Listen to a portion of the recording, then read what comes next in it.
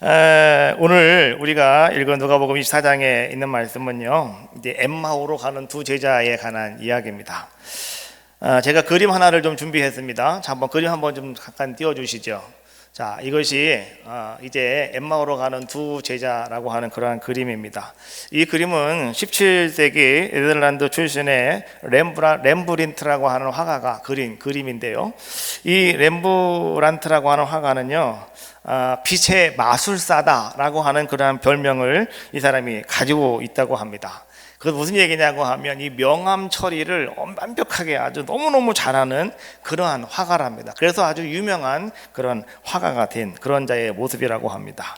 그분이 그린 그림이 바로 이 그림입니다. 바로 이것이 엠마오로 가는 두 제자라고 하는 아주 유명한 작품입니다.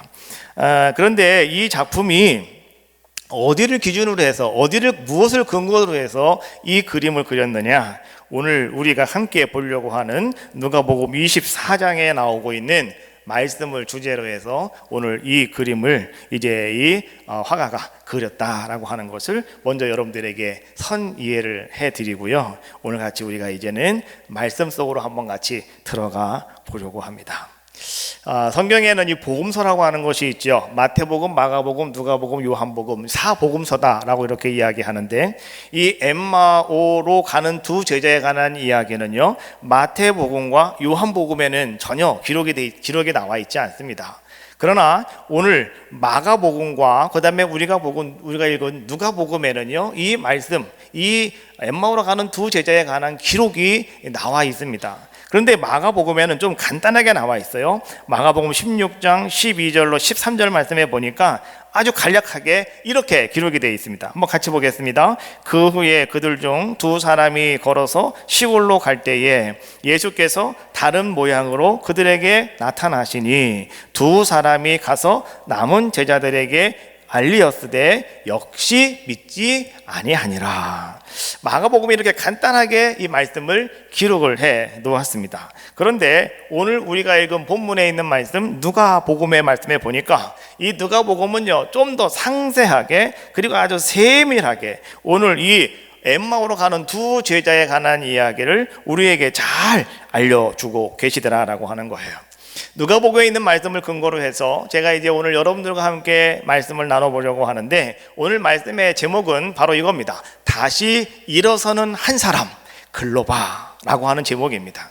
오늘 우리는요, 이 두 사람, 엠마오로 가는 두 제자라고 그랬잖아요. 분명히 두 사람이었었는데 오늘 우리는 두 사람 가운데 한 사람은 이름이 있고 한 사람은 이름이 없습니다. 그 이름 있는 사람이 누구냐? 글로바라고 하는 사람입니다. 그래서 오늘 우리는 다시 일어나는 한 사람 글로바를 가만히 바라보면서 오늘 그 글로바를 투영시켜 주시면서 우리에게 주시는 나의 모습을, 여러분의 모습을 한번 글로바라고 하는 사람을 통해서 여러분들이 발견해 보실 수 있는 귀한 시간이 되어야 할 줄로 믿습니다.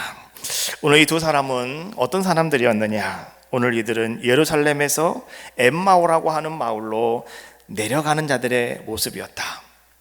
우리가 그냥 짐작을 한번 해보건대 아마도 엠마오라고 하는 것은 이들에게 어떤 곳이었을까요? 아마도 그들의 고향은 아니었을까. 그래서 아마 그들은 예루살렘에서 이제 자기들의 집으로 돌아가고 있는 그러한 모습이 오늘 성경에 나오고 있는 말씀이 아닐까. 그래서 오늘 우리가 읽은 말씀 24장 13절 말씀에 보니까 이렇게 기록을 하고 있죠. 그날에 그들 중 둘이 예루살렘에서 25리 되는 엠마오라 하는 마을로 가면서라고 말씀해 주고 있어요. 예루살렘에서 엠마오까지는 얼마가 된다고요? 거리가 25리가 된다. 25리쯤 된다. 25리면은 우리 여러분들이 계산할 때 몇 킬로입니까? 한 10km 정도 되는 거죠. 10km. 그렇지 않습니까? 그런데 이제 그 예루살렘에서 이 엠마오라고 하는 곳까지 정확한 거리는 한 11.2km 정도가 된다고 그래요. 그러니까 우리가 번역을 할 때, 한국 사람들이 번역을 할 때 그냥 대략 한 10km쯤 된다. 우리 한국 사람들은 좀 이렇게 풍부하기 때문에 25리 그러면은 10km지만은 거기에 앞으로 10, 앞으로 1km, 뒤로 1km가 그냥 더 붙어 있는 거예요. 그렇지 않습니까? 항상 우리 한국 사람들은 그런 인식이 있잖아요. 그러니까 한 25리쯤 된다라고 이렇게 이야기를 하고 있는 것이죠. 자, 그런데 중요한 것은 뭐냐고 하면, 자, 그날에 그들 중 둘이 예루살렘에서라고 성경은 말씀해 주고 있어요. 그들 중 둘이.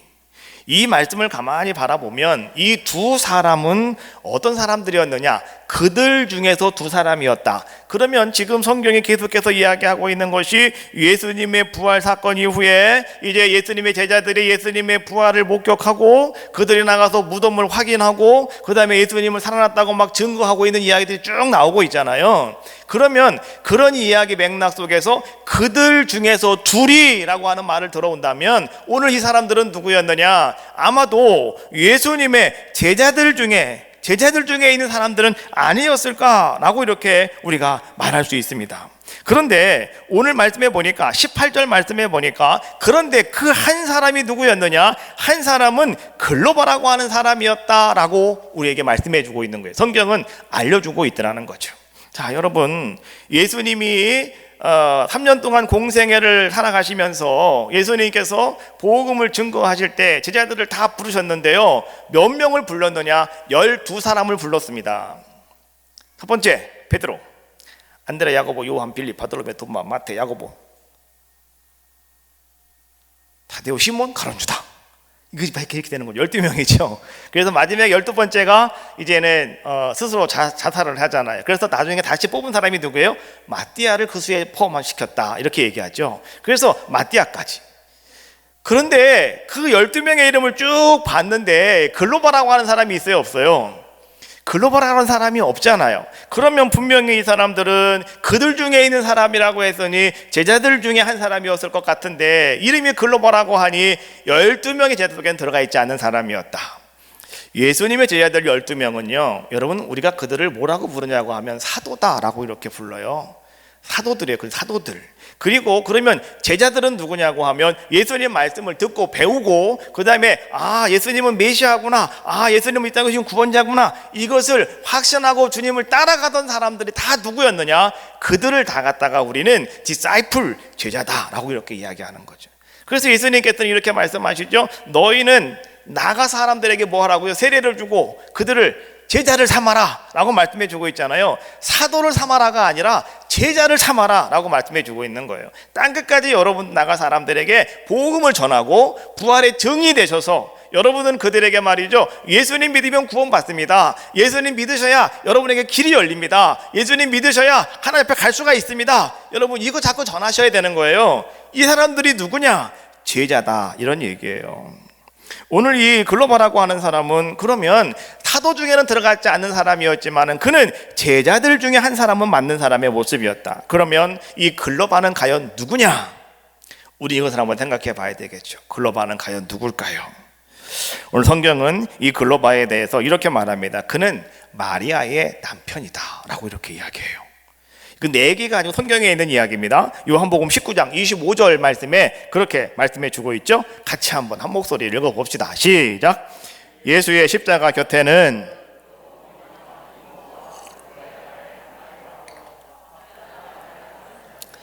자, 예수님이 십자가에 돌아가실 때 그 십자가 곁을 지키고 있는 사람들이 누구였느냐고 하면 예수님의 어머니 마리아, 그리고 또 예수님의 이모, 그리고 글로바의 아내였던 마리아, 그리고 막달라 마리아가 예수님의 십자가 돌아가시는 그 자리에 그들이 그 자리를 지키고 있었다라고 이렇게 얘기하는 거죠.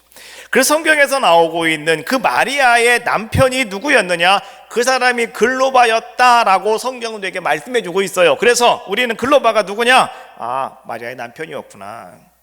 예수님의 십자가 옆을 지키고 있는 그 마리아의 남편이 예수님 어머니 마리아가 아니고요, 막달라 마리아가 아니고요, 다른 마리아예요. 그 마리아의 남편이 글로바였구나 라고 이렇게 우리는 성경을 통해서 알 수가 있는 겁니다. 그런데 신약시대에 이 유대의 역사학자였던 요세푸스라고 하는 역사학자가 있는데요, 그 사람의 이 역사록을 보면서 우리는 성경에 있는 말씀들을 같이 대조를 해봅니다. 그런데 성경에 있는 시대와 이 사람이 그때 역사학자니까 기록해 놓은 것들과 대조하면서 이렇게 많은 우리가 이제 받아들일 것을 많이 받아들이고 있거든요. 그런데 요세푸스의 글에 보니까 요세푸스는 그 글로바라고 하는 사람이 누구다라고 이야기해 주고 있냐고 하면 예수님의 숙부였다. 다시 말하면 예수님의 아버지 요셉의 동생이었다. 그러니까 작은 아버지였다 라고 이렇게 오늘 요세푸스 역사학자는 이야기하고 있다라고 하는 거예요. 그래서 오늘 이 글로바라고 하는 이 사람이, 엠마오로 가고 있는 이 글로바라고 하는 사람이 마리아의 남편일 수도 있고, 그 다음에 여하튼 간에 예수님의 작은 아버지일 수도 있는, 뭐 둘 다 우리가 다 그렇게 이해하시면 되겠죠. 근데 더 중요한 것은 무엇이냐고 하면 오늘 이 두 사람은요, 그 제자 두 사람은 어떤 사람들의 모습이었냐고 하면 그냥 다른 사람들처럼 보통으로 그냥 예수님을 믿던 사람들은 절대 아니었다. 오늘 이들은 예수님을 어떻게 받아들이고 어떻게 예수님을 따르던 사람의 모습이었냐고 하면 예수님이야말로, 예수 그리스도야말로 우리 모든 이스라엘 백성들을 구원할 사람이었고, 그리고 우리는 그분에게 모든 희망을 다 걸었다라고 결단하고 따라가던 사람들이 누구였느냐? 오늘 이 두 사람이었다. 그 중에 한 사람이 글로바였다라고 하는 것을 우리는 알 수가 있어요. 어떻게 알 수 있느냐? 성경에서 자기들이 하는 말을 통해서 알 수가 있어요. 21절 말씀해 보니까 이렇게 말하죠. 우리는 이 사람이 이스라엘을 속량할 자라고 바랐노라. 오늘 우리는 이 사람이, 다시 말하면 예수님께서 우리를 구원할 자라고, 우리를 다시 우리에게 희망을 베풀어 주실 자라고 우리는 그렇게 바랐었다, 우리는 그렇게 믿었다라고 이야기해 주고 있는 거죠. 메시아를 만남으로 너무나 큰 감격을 받았던 글로바. 그런데요, 그가 믿었던 그 메시아가, 그가 믿었던 그 예수님이 너무나도 쉼없이 한번 싸워보지도 못하시고 오늘 예수님께서 십자가에 못 박혀 죽으셨어요. 비명을 지르면서 말이죠, 로마 병정들에게 한번 대항 한번 해보지 아니하시고 오늘 주님께서는 그 십자가 위에서 그냥 죽어버리시고 마는 그러한 모습을 오늘 이 글로바는 보았다는 거죠. 그리고 오늘 이 글로바가 그 돌아가시는 예수님을 바라보았을 때, 십자가에 돌아가시는 그 예수님을 바라보았을 때, 글로바가 지금까지 가지고 있던 감격과 기대와 자기가 지금까지 가지고 있던 모든 믿음들이요, 순식간에 그냥 다 무너져 버리고 마는 그런 모습이었다라고 하는 거예요. 그래서 글로바와 그 제자는 모든 것이 다 끝났다, 이제 기대할 것도 없다, 이제 아무것도 없다 라고 생각을 하고 오늘 이들은 예루살렘에서 여리고 엠마오를 향하여 내려가고 있는 그런 자들의 모습임을 성경은 우리에게 보여주고 있는 거죠. 엠마오라고 하는 그런 말의 뜻은요, 알지 못하는 길, 알지 못하는 길, 이런 뜻을 가지고 있다고 그래요. 그러니까 엠마오로 가는 그 길은 불확실한 길이었다. 엠마오로 가는 그 길은 방황의 길이었다. 엠마오로 가는 길은 올라가는 길이 아니라 내려가는 길이었다. 여러분, 우리는 무엇이든지 올라갈 때 소망이 있고 희망이 있잖아요. 내려갈 때는요, 이제 죽었구나, 이것밖에 없는 거죠. 비행기 타고 올라갈 때는 기분 좋잖아요, 그렇죠? 근데 갑자기 비행기가 뭐 그냥 SOS를 집에서 막 그냥 막 곤두박치고 내려갈 때 사람들은 다 소리치고 난리칩니다. 왜? 우리 죽었다고. 내려갈 때는 그런 절망이 있고 그런 위험이 있는 거죠. 근데 오늘 이 엠마오로 하는 그 길 자체가 뭐냐고 하면 올라가는 길이 아니라 내려가는 길이었다, 이런 뜻이에요. 그리고 그 길은 낙심의 길이었다. 그리고 그 길은 희망의 길이 아니라 절망의 길이었다. 그래서 오늘 이 두 제자, 엠마오로 가는 이 두 제자, 그 중에 글로바라고 하는 사람과 그 다른 제자는요, 오늘 그래서 그들은 예루살렘을 떠나서 이제는 엠마오를 향해서 가고 있는 자들의 모습이었다는 거죠. 오늘 우리가 성경을 가만히 읽다가 보면 예수님의 십자가 사건 이후에 이 글로바와 그 다른 제자만 지금 이런 모습을 보이는 건 절대 아닙니다. 요한복음 21장 3절 말씀에 보니까 시몬 베드로도 그랬어요. 볼까요? 시작. 시몬 베드로가 나는 물고기 잡으러 가노라 하니 그들이 우리도 함께 가겠다 하고, 예수님이 살아나신 것을 베드로가 가서 확인했어요. 무덤 안에 아무것도 없고 그냥 예수님의 옷만 있는 거 보고 왔어요. 천사가 하는 얘기 들었어요. 마리아가 와서 얘기하는 거 들었다고요. 예수님 살아났다고. 그런데 오늘 이 예수님의 첫 번째 제자였던 베드로, 그러면 베드로는 어디로 가야 될까요?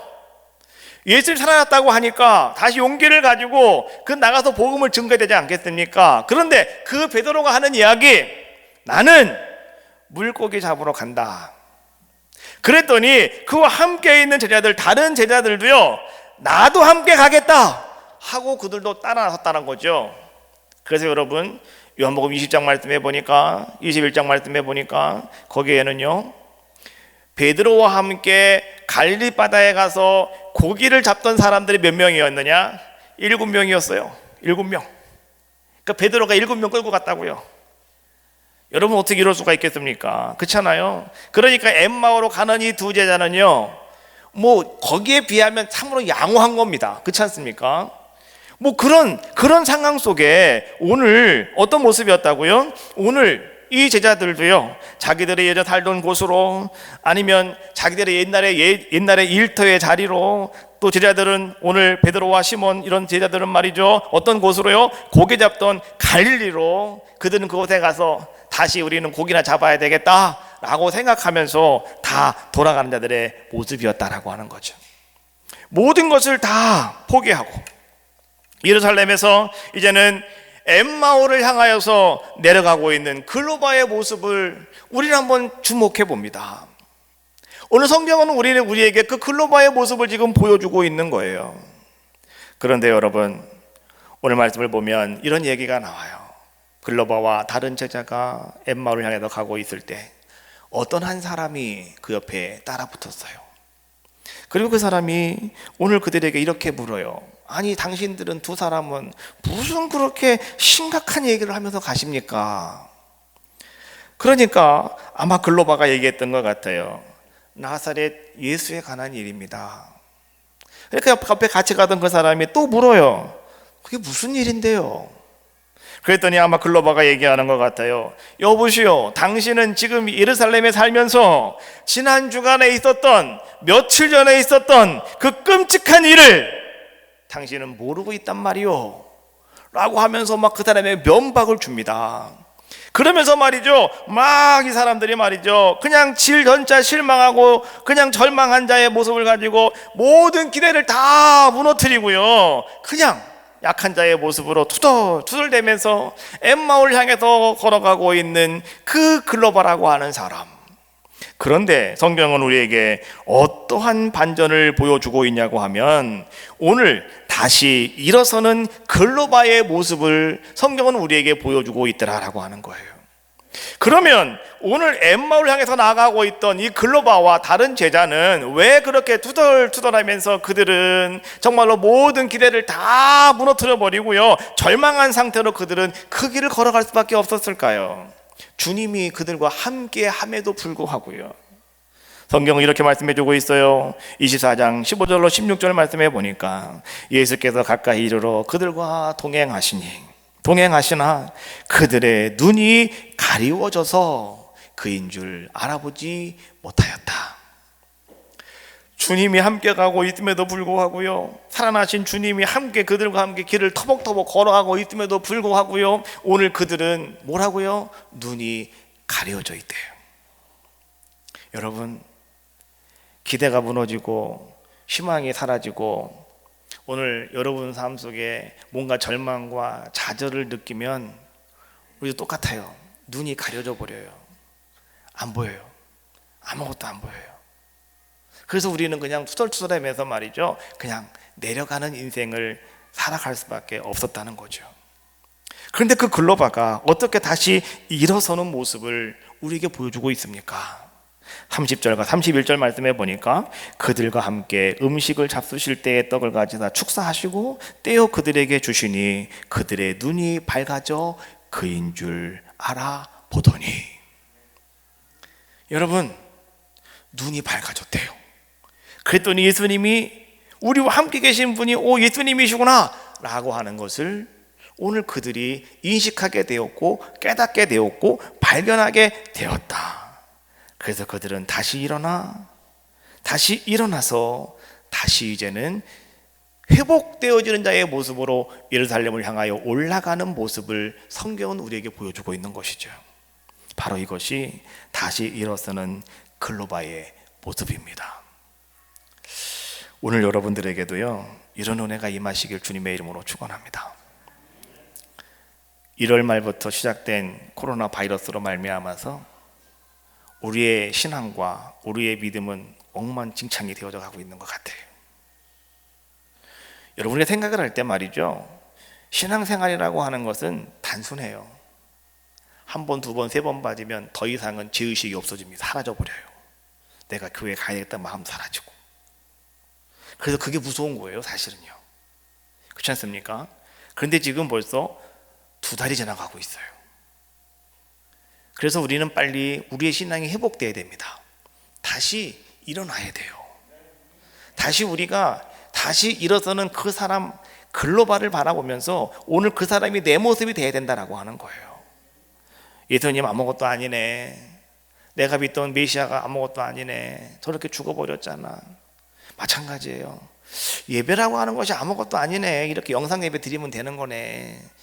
예배라고 하는 것이 꼭 주일만 교회 지켜야 되는 건가? 금요일날 가면 어때? 목요일날 가면 어때? 아무 때나 갔다 오면 되는 거지. 뭐 이런 모습으로요, 우리가 점점 그렇게 자꾸만 모두 생각들이요 자꾸만 닫혀가는 거죠. 그렇게 바뀌어져 가고 있는 그런 모습들이다라고 하는 거죠. 여기서 우리는 일어서야 됩니다. 다시 일어서셔야 된다고 하는 거죠. 그럼 어떻게 우리가 일어설 수가 있을까요? 첫 번째, 부활하신 주님 만나야 됩니다. 할렐루야. 부활하신 주님 만나야 되는 거예요. 여러분, 신앙생활이라고 하는 것이 무엇이냐? 신앙생활은 다른 게 아니라 예수님 만나는 게 신앙생활입니다. 십자가의 주님을 만나면 내 죄와 함께 내가 십자가에 죽는 겁니다. 그러나 부활의 주님을 만나면 내가 다시 살아나는 겁니다. 그래서 우리는 주님을 만나야 되는 거예요. 십자가의 주님을 만나기도 하셔야 되겠고 부활의 주님을 만나셔야 돼요. 그래야 내가 살아날 수 있는 귀한 자가 되더라라고 하는 거죠. 예수님 말씀하셨어요. 요한복음 14장 6절 말씀해 보니까 내가 곧 길이요 진리요 생명이다 라고 말씀해 주셨잖아요. 예수님은 우리에게 길이 되시는 분이 예수님이시다. 그래서 예수님 만나면 우리에게 어떤 일이 생기는지 아십니까? 안 보이던 길이 보인다라고 하는 거예요. 캄캄한 칠흑 같은 어둠 속에서도 예수님 만나면 우리가 길을 찾을 수 있는 귀한 자가 될 수 있다라고 하는 거예요. 예수님 만나면 여러분, 오늘 여러분의 무미건조한 삶이 풍요로운 삶으로 바뀌어지게 된다라고 하는 거예요. 사람들은 말합니다. 요 살기가 좀 어떠세요? 죽지 못해 살고 있습니다. 이런 말하시는 분도 계셔요. 죽을 맛 나는 인생을 살아가고 있다, 이렇게 말하고 계시다고요. 그러나 예수님 만나면 여러분, 우리는 살맛 나는 인생이 될 줄로 믿습니다. 그래서 예수님 만나셔야 되는 거죠. 자, 예수님은요 우리에게 희망이십니다. 그러므로 예수님 만나면 오늘 여러분의 모든 절망이 변하여서 이제는 희망으로 바뀌어진 놀라운 역사가 우리 가운데 임한다는 거죠. 그래서 우리 누굴 만나야 되느냐? 첫 번째로 부활하신 주님 만나셔야 돼요. 오늘 다시 일어서는 한 사람 글로바는 바로 어떤 사람이었습니까? 눈이 가려져서 갈 때는 절망스럽고 힘든 자의 모습이었지만 눈이 열려서 부활한 주님 만났더니 그는 다시 일어설 수 있는 자의 모습이 되었다라고 하는 거예요. 두 번째로 다시 일어서려면 어떻게 됩니까? 늘 말씀으로 우리의 마음을 뜨겁게 하셔야 된다라고 하는 거예요. 여러분, 우리가 신앙생활 하면서 말이죠, 문제가 생깁니다. 우리 인간이기 때문에 그래요. 내가 아무리 마음을 다잡고 내가 신앙생활을 잘해야지라고 마음 먹어도요, 문제는 항상 찾아오게 돼 있어요. 문제가 생긴다고요. 또 신앙생활하면 자꾸만 회의가 생겨요. 회의가 이거 맞는 거야. 내가 꼭 교회 가야 되는 거야. 내가 꼭 이거 해야 되는 거야. 내가 꼭 이렇게 이런 회의가 생긴다는 거죠. 또 신앙생활 하다 보면은요, 내가 뜨거웠던 것이 딱 사그러져 가지고요, 내 열심이 완전히 식어갈 때가 있더라라고 하는 거죠. 만약에 여러분들에게 지금 문제가 생기고 회의가 생기고 여러분들의 그 열심이 식어져 간다고 한다면, 여러분 어떻게 여러분들은 그 문제를 해결하시겠습니까? 그냥 가만히 인내하고 있으면 되겠습니까? 아니에요. 그러면 누구 좀 만나서 여러분 좀 상담 받으시고 뭐 이렇게 어떻게 하면 좋겠느냐고 물어보시면 되겠습니까? 그것도 아니에요. 그럼 가장 좋은 방법은 뭔지 아십니까? 가장 좋은 방법은요, 하나님 말씀 붙잡고 하나님 말씀으로 다시 돌아가는 거예요. 이게 제일 좋은 방법이에요. 이게 내 신앙생활 속에서 내 모든 어려운 문제들을 해결할 수 있는 방법이더라. 여러분, 성경 말씀을 읽을 때 우리의 마음이 뜨거워져요. 성경 말씀을 들을 때 우리의 마음이 뜨거워져요. 자, 오늘 말씀에도 보니까요, 그런 말씀이 나오죠. 32절 말씀에 보니까 뭐라고 말씀해 주고 있습니까?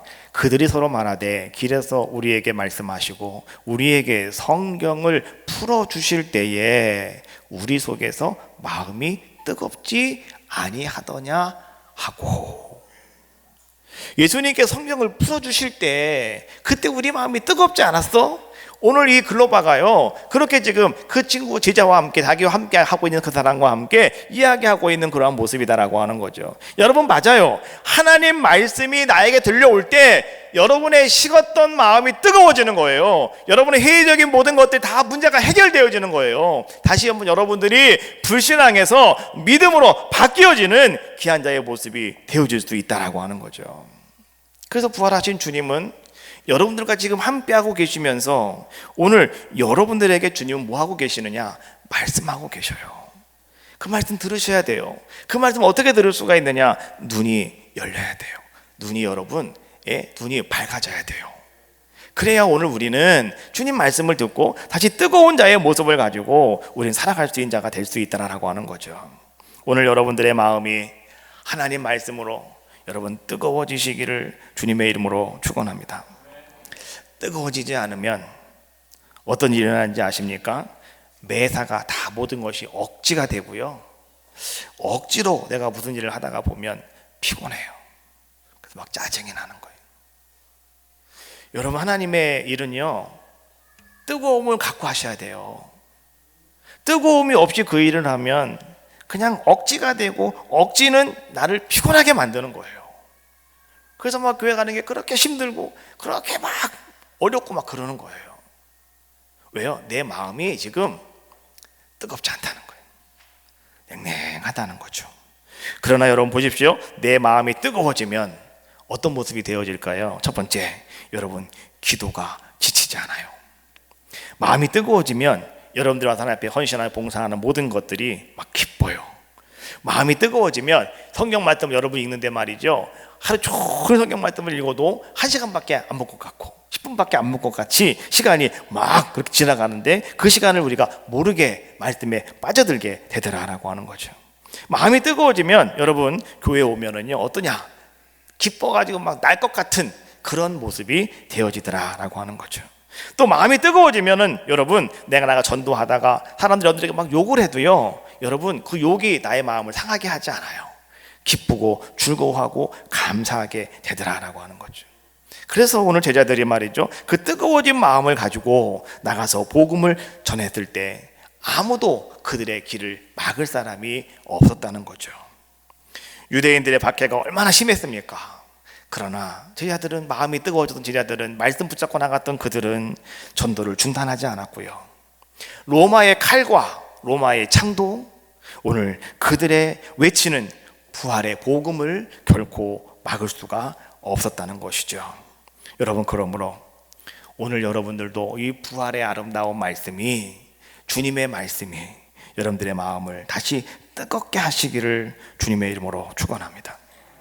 루터가 말씀을 듣다 마음이 뜨거워졌고요, 칼빈이 말씀 듣다가 마음이 뜨거워졌고요, 웨슬리 목사님도 마찬가지죠. 말씀 듣다가 마음이 뜨거워졌고요. 어거스틴도 마찬가지였어요. 말씀 듣다가 마음이 뜨거워졌고요. 김준혜도 마찬가지였어요. 김준혜도 말씀 듣다가 마음에 결단을 하고 뜨거운 마음을 가지고 오늘 제가 이 자리에 서 있습니다. 할렐루야. 바로 그런 거예요. 오늘 말씀 들을 때 여러분의 마음이 뜨거워질 줄로 믿습니다. 그러면 다시 일어설 수가 있는 거죠. 마지막으로 다시 일어설 수 있는 사람은 어떤 사람이냐? 예루살렘으로 돌아가는 사람이다. 오늘 글로바를 통해서 우리에게 그 모습을 보여주고 있어요. 오늘 그들은 글로바와 한 제자는 말이죠, 부활의 주님 만났습니다. 그랬더니 갑자기 그들의 마음이 막 뜨거워졌습니다. 그리고 눈이 확 밝아졌습니다. 신령한 눈이 되었습니다. 그랬더니 그들이 어떻게 했습니까? 33절 말씀 한 목소리만 같이 한번 읽어봅시다. 시작. 곧 그때로 일어나 예루살렘에 돌아가, 이렇게 말씀해 주고 있어요. 곧 그때로 일어나 예루살렘으로 돌아갔다라고 말씀해 주고 있어요. 여러분, 오늘 이 글로바와 한 제자는 예루살렘에서 시리와 절망에 빠져서 투벅투벅 그들은 엠마오를 향해서 가고 있었어요. 예루살렘은 동쪽이었고요, 엠마오는 서쪽이었어요. 동쪽은 해가 떠오르는 곳이고 서쪽은 해가 지는 곳이잖아요. 그러니까 해가 지는 곳으로 정말 그들은 소망이 없이 그냥 전망을 그냥 마음속에 품고 말이죠, 그냥 터벅터벅 해가 지는 엠마오를 향해서 그들은 기약 없이 그냥 그걸 향해서 나가고 있는 자들의 모습이었는데, 그런데 그들이 부활의 주님 만나고 그들이 다시 마음이 뜨거워져서 눈이 확 열리니까 어느 자들의 모습이 되었느냐? 이제는 밝아오는 태양을 바라보면서 오늘 그들은 동쪽을 향하여, 언덕을 향하여 뛰어 올라가는 귀한 자들의 모습이 되었다는 것이죠. 오늘 이것이 바로 그리스도인들의 삶의 모습인 줄로 믿습니다. 오늘 여러분들도요, 예루살렘으로 돌아서시는 귀한 시간 되시기를 주님의 이름으로 축원합니다. 예루살렘은 무엇입니까? 여러분이 지금까지 잃어버렸던 나의 신앙의 원 위치로 돌아오는 게 바로 예루살렘으로 나가는 겁니다. 그 예루살렘은 오늘 여러분들이 하나님 앞에서 내가 잘못되고 내 모든 허물의 삶들을 내가 하나님 앞에 회개했다라고 하는 것을 의미하는 것이 바로 예루살렘으로 갔다라고 하는 것을 이야기해 주고 있는 것입니다. 오늘 여러분들에게도요, 뒤돌아가야 될 예루살렘이 있습니다. 때로 절망과 어두움이 낙심이 되어 가지고 말이죠, 정말 여러분들이 힘들고 어려워도 여러분들이 결코 떠나서는 안 되는 곳, 그것이 어디냐? 바로 예루살렘입니다. 오늘 여러분의 영적인 예루살렘, 거기는 절대로 떠나는 곳이 아니라는 거예요. 여러분이 물질과 또 여러분 번영으로 출세해도, 또 여러분들이 말이죠, 인생의 행복한 길을 쫙 달려가고 있는 바로 그때라 하지라도 여러분, 예루살렘은 떠나는 곳이 아닙니다. 예루살렘을 지켜야 된다는 거죠.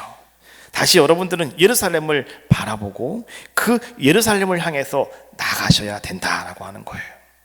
어두움이 있는 여러분 엠마오를 바라보시고 여러분의 인생길 가운데서 그 엠마오에서 여러분 머뭇머뭇하지 마시고요, 빛이 되시며 소망이 되시는 나의 영적인 예루살렘, 주님이 계신 그곳을 바라보며 오늘도 여러분들은 일어나 글로바처럼 향하여 달려가실 수 있는 아름다운 신앙인들 다 되시기를 주님의 이름으로 축원합니다. 예루살렘은 올라가는 겁니다. 내려가는 것이 아니라 올라가는 것이에요. 여러분, 올라갈 때 여러분 어떻습니까? 오늘 우리의 삶 속에 잘됨의 은혜가 임하는 겁니다. 예루살렘으로 올라가실 때 여러분 형통하고 번영한 삶이 되는 겁니다. 예루살렘으로 올라갈 때 하나님은 여러분들을 축복해 주실 줄로 믿습니다. 마지막으로 예루살렘으로 올라갈 때 하나님 여러분들과 함께 하십니다. 이제 신앙의 방향도 인생의 방향도 여러분 다 여기서 딱 스톱하셔야 돼요. 그리고 이제는 돌이켜서 이제 곧 그대로 일어나 예루살렘으로 나갔던 글로바처럼 오늘 여러분들도요 그렇게 결단하시는 귀한 시간이 되어야 할 줄로 믿습니다. 이런 말이 있더라고요. 신앙의 방향은 좋은 교회를 만나면 끝이 나고, 인생의 방향은 예수님을 만나면 끝난다. 좋은 말이잖아요. 그렇지 않습니까?